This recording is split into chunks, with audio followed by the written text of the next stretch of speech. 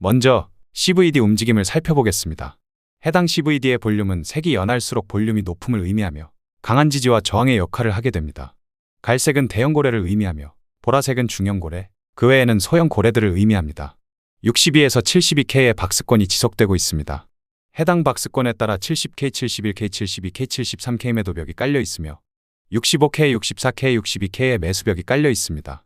해당 매도벽은 박스권임을 나타내며 박스권 하단 매수, 박스권 상단 매도가 지속적으로 이루어지고 있음을 나타냅니다. 추가 상승한다 할지라도 대대적인 대떡상보다는 상승의 마지노선은 77에서 78K라 보고 있습니다. 우리가 얻을 잠재적 수익의 기대치보다 우리가 잃을 잠재적 리스크가 더 높은 구간이라 현재 구간에서 매수 동참하기보다 다소 관망하시며 시장을 지켜보시는 게 좋다는 의견입니다. 다음 살펴볼 것은 ETF 유입과 유출입니다. ETF 유입은 주로 블랙록, 피델리티가 주도하고 있습니다. ETF 유출은 그레이스케일이 주도하고 있습니다. 블랙록은 평균 2.5억들 유입하고 있으며 그레이스케일은 평균 2.62억들 유출시키고 있습니다. 주말간 미장이 휴장이므로 ETF 유입과 유출은 없을 예정입니다. 주말간 ETF에 영향 없이 비트코인만의 자체적인 움직임이 진행되겠습니다. ETF 유입과 유출과 별개로 저는 금리 인하의 가능성이 다가오면서 금리 인하가 진행되는 시점에 미증시의 대대적인 조정과 골드의 추가 상승의 모멘텀이 나올 것이라 보고 있습니다.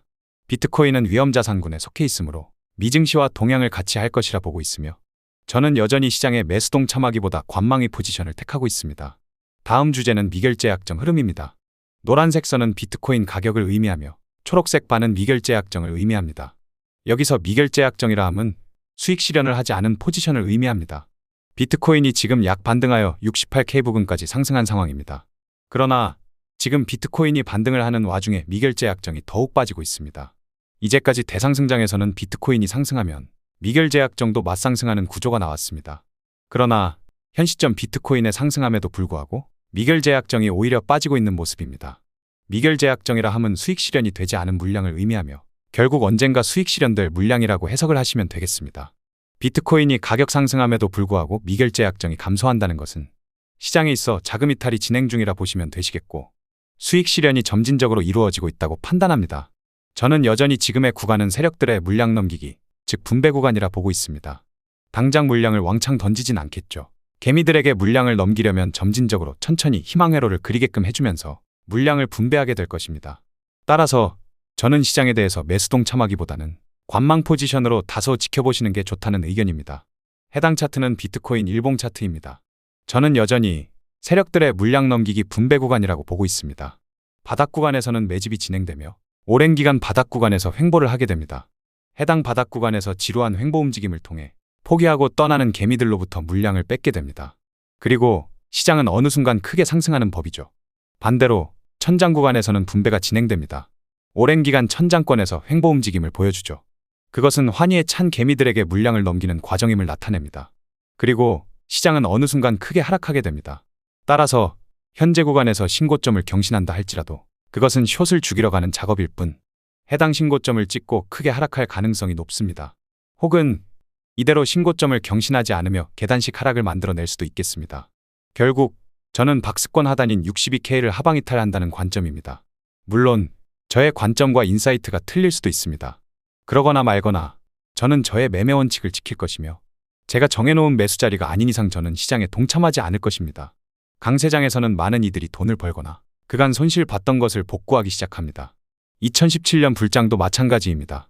당시 2017년 불장의 시장 참여자들은 대부분 막대한 돈을 벌었습니다.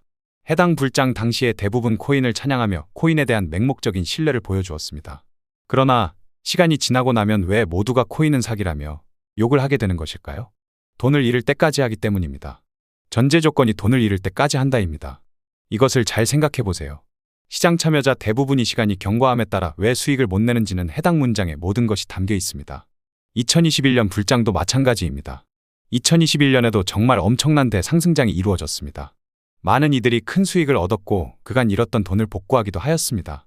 그러나 결국 시간이 경과함에 따라 시장 참여자 다수가 번 것 그대로 토해내며 큰 손실을 보게 됩니다. 왜 그럴까요? 돈을 잃을 때까지 하기 때문입니다. 결국 돈을 버는 것은 매수픽, 매도픽이 중요한 게 아닙니다.